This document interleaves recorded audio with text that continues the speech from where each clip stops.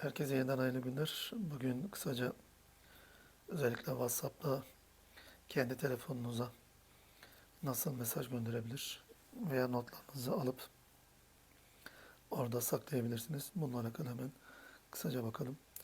Şimdi WhatsApp uygulamamızı açtıktan sonra mesaj gönder sekmesine tıklıyoruz.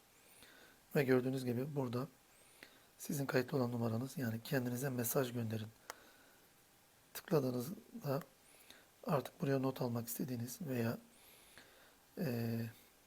hani eskiden bir link veya bir yazıyı saklamak için birilerine gönderdiğiniz şeyler artık kendinize göndererek